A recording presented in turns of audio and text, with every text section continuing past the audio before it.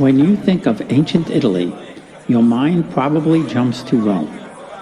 But Rome's rise was anything but certain.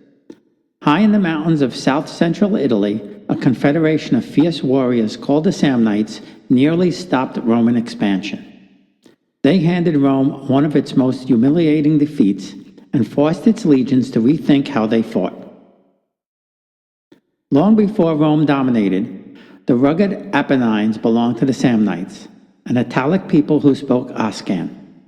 Their homeland, Samnium, stretched across what we now call Abruzzo, Molise, and Campania, high peaks, fertile valleys, and fiercely independent villages.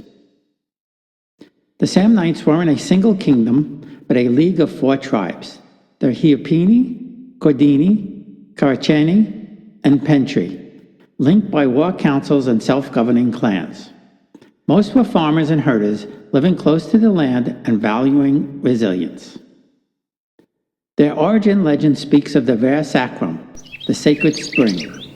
In hard times, a community vowed that all children born the next spring would one day leave to find a new home guided by a sacred animal. The Samnites followed a bull, a story that shaped their identity and fueled expansion. Though famed as fighters, they were also artists.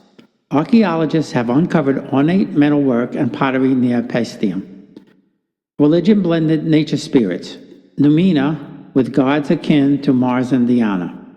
Amulets, chants, and augury filled daily life, and women appear to have held notable status, able to own wealth and command respect. By the 4th century BC, Rome pushed outward from Latium while the Samnites expanded from the mountains. The collision erupted in the Samnite Wars, 3 brutal conflicts spanning more than 50 years. The first war began when Capua asked Rome for help, giving the Romans a foothold in Campania. The second war, 326 to 304 BC, was decisive. In 321 BC, at the Caudine Forks, General Gaius Pontius trapped a Roman army without a single clash, forcing every soldier to march in shame beneath a yoke of spears. For Rome, it was a wound that never healed. But Rome adapted. Abandoning the rigid Greek phalanx, it developed a flexible, manipulative legion, a tactical revolution inspired by Samnite warfare. The Third War brought a grand coalition: Samnites, Etruscans, Umbrians, and even Gaul. At the climatic Battle of Centium in 295 BC, the Allies fought ferociously, but Rome triumphed. By 290 BC, Samnium was under Roman control.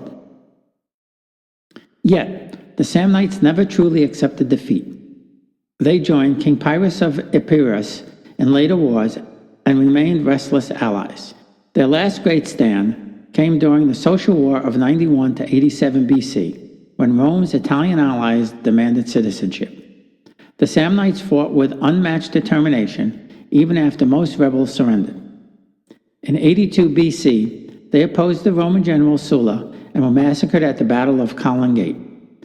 Sulla ordered a campaign so brutal that the Samnites disappeared as a distinct people. Though absorbed and Romanized, their influence endured. They tested Rome's armies, reshaped its tactics, and proved that Italy's history was never solely Rome's story. The Samnites remind us that the road to empire was forged in struggle with many vibrant, independent peoples, whose courage still echoes through the Apennines. If you enjoyed this journey into a forgotten corner of ancient history, subscribe and let us know which lost civilization you'd like to explore next.